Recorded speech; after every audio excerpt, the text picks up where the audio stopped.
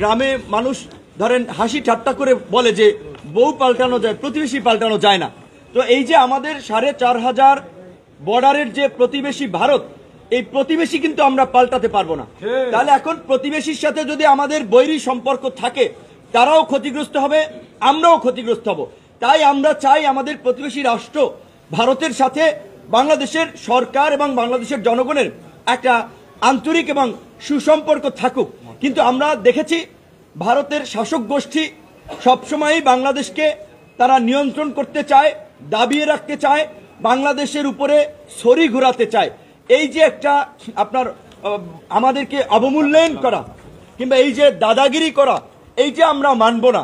তো ভারতের শাসক গোষ্ঠী যদি তাদের রাষ্ট্রীয় পলিসির এই দাদাগিরি পলিসি পরিহার করে, এই কর্তৃত্ববাদী ছড়ি ঘুরানোর রাষ্ট্রীয় নীতি পরিহার করে বন্ধুসুলভ আচরণ করে, বন্ধুত্বের সম্পর্ক গড়তে চায়, আমরা তাদের সাথে সম্পর্ক এগিয়ে নেব, আমরাও তাদের সাথে বন্ধুত্বের সম্পর্ক গড়ে তুলব। কিন্তু এই যে আপনাদের মাধ্যমেই আমরা জানতে পেরেছি যে বাংলাদেশের বেশ কয়েকজন ছাত্র নেতাকে নাকি ভারতের নিষেধাজ্ঞা দিয়েছে, কথাটি কতটুকু সত্য আমরা ভারতের ফরেন মিনিস্ট্রির মাধ্যমে জানতে পারলে ভালো হতো। কিন্তু ইতিমধ্যেই কিছু নজির আমাদের সামনে রয়েছে। যেমন আপনারা জানেন অভিনেত্রী বাঁধন আমার সাথে তার একটা ছবি থাকার কারণে সে নাকি ইন্ডিয়ান আপনার ভিসা পায় নাই, যেটা সে আমার সাথে পার্সোনালিও বলেছিল।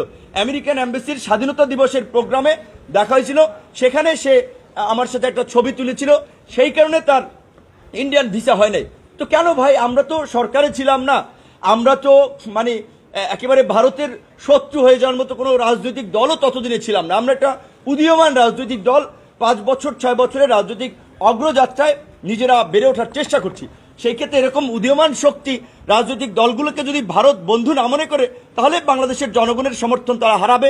আমরা আশা করি যে ভারতের এই ধরনের ভ্রান্ত নীতি যদি থেকে থাকে, সেটা ভারত প্রত্যাহার করবে বা সুবিবেচনা করবে। আপনারা সবাই শুনেছেন আওয়ামী লীগের আমলে তারা বলছে বিএনপি ভারতকে গ্যাস দেওয়ার চুক্তি করে ক্ষমতা এসেছিল। আবার আমরা তো পরিষ্কারভাবেই দেখেছি গত 15 বছরে কিভাবে আওয়ামী লীগ বাংলাদেশকে ভারত নিয়ন্ত্রিত একটি পুতুল রাষ্ট্রে পরিণত করেছিল।